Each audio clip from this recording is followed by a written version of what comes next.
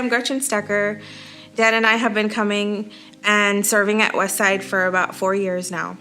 I was asked to share my testimony. I've been wanting to tell my story for a long time, but I didn't know where to start. So here I go. I was raised in Hawaii with 4 brothers and 1 sister. For the most part, life was good. As you can imagine, living in Hawaii might have been. Beautiful beaches, great food like Spam and rice, and family. But before you get jealous, I was raised just a little different. My mom was very strong in her faith as a Jehovah's Witness, and my dad was not. One of my fears in doing my testimony was to be careful not to hurt anyone. Jehovah's Witnesses can, however, be very legalistic and controlling. For example, I never celebrated my birthday until I was almost 20. We also didn't celebrate Christmas, which is why now I have a birthday month and as many Christmas trees that will fit in my house. I also have enough ornaments to open up my own store.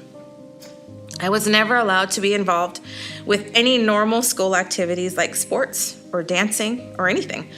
Everything seemed forbidden, and I was made to feel like those things were evil and even horrible. Even going to college was frowned upon.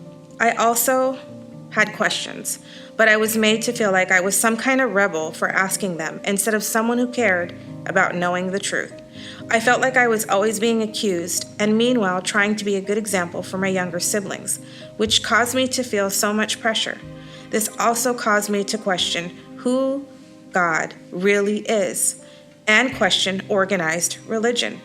I never felt like I was in a relationship with God.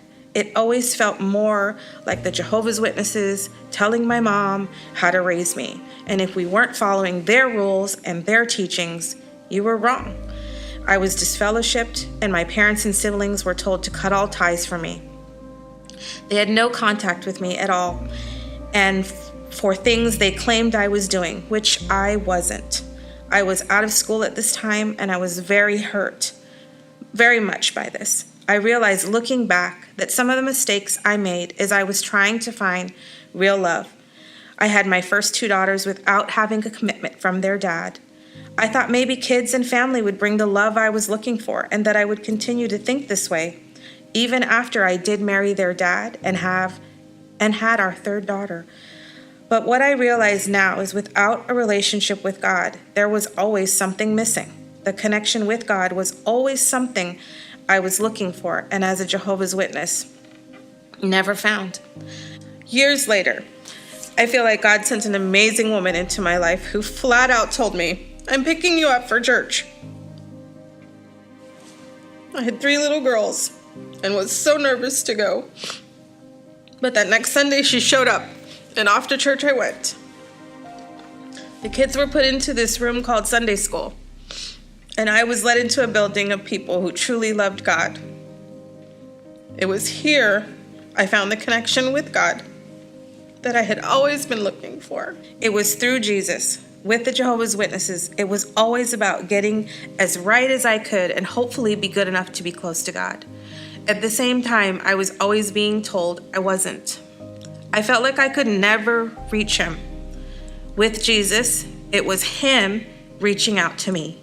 Jesus is the connection. He is what I've always been looking for. This completely changed my life. I wanted to be at church. I was reading my Bible. I was teaching my kids about God. I'd never felt so close to him all those years. But I did now, and it felt incredible. Sorry. I was able to ask questions and get loving answers right away. I also attended a Bible study with some great women who loved God and helped me learn about his grace and his forgiveness and that he loves me just the way I am. Just because you become a Christian, however, does not mean that everything will be the easy part. Part of what you struggle with when I was a Jehovah's Witness is God real? That's something that does not go away right away just because you become a Christian. Sometimes the only thing that will make your faith real is for you to go through hardship. When we go through those times, I think we can sometimes get mad at God and not realize that all he's doing is trying to reach those places you needed him the most. In my case, I needed to know he was real.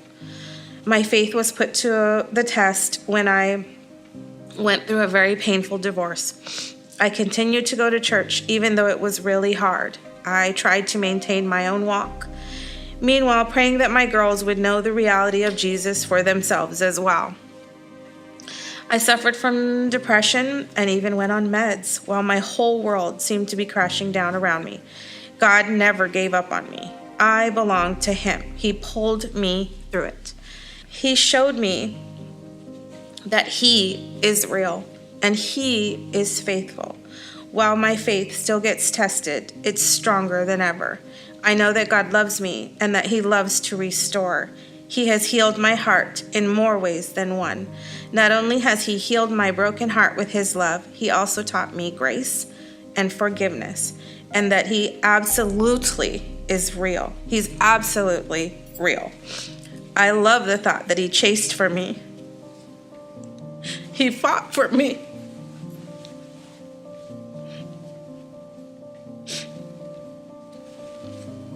All those years.